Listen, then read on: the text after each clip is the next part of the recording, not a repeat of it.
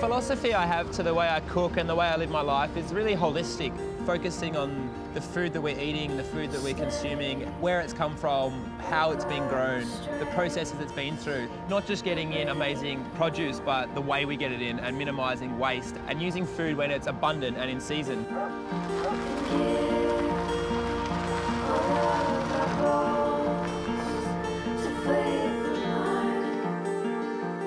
I speak with Matt, our farmer, probably 3 or 4 times a week, and that really dictates what we're going to be cooking and serving. It's an amazing experience to share his excitement from the farm with new things coming into season, different varieties coming through, other foods that he's foraged from the wild.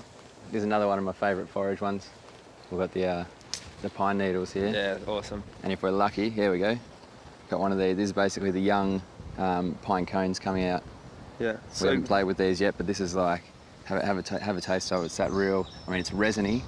It's almost unpleasant to eat at the start, but then you start to get these like candy flavours coming through. I don't know if it's the smell or the taste, but it's just like childhood memories is just like rushing back.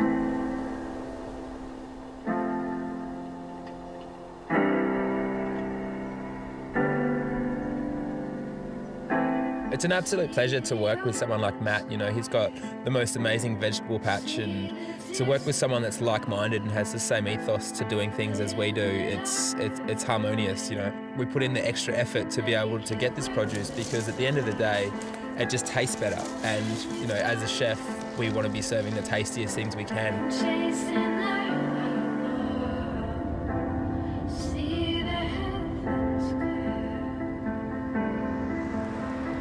Food and wine in Australia is extremely fascinating in the fact we're not restricted by boundaries. We can take influence from so many people from so many different countries, and people like Steve really utilise that, I think, as much as we do, and is really on the same page. You know, Steve used to be a chef, so he can really understand the process into creating food, balancing flavours in a really ethical way, and he's really translating that into his winemaking. As winemakers, all of us make wines that show where they come from. And the real barometer, the one that you really can't hide where you come from, is Pinot Noir. Rather than sort of try and make the same style of wine, I think winemakers in Australia understand that, and they're trying to play with their area. So our Pinots are perfumed and quite light. I mean, the fact that people are curious and want to know where their food and their wine's coming from, they want the story. So they want to know where your meats come from, where your fish come from, how it's been caught, which farm the mushrooms are coming from, you know, who your grower is.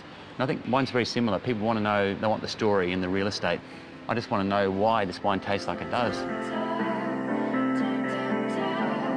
Australian food and wine is heading in a really exciting direction. It's so free-spirited, and it's a really fantastic time to be a part of this evolutionary change.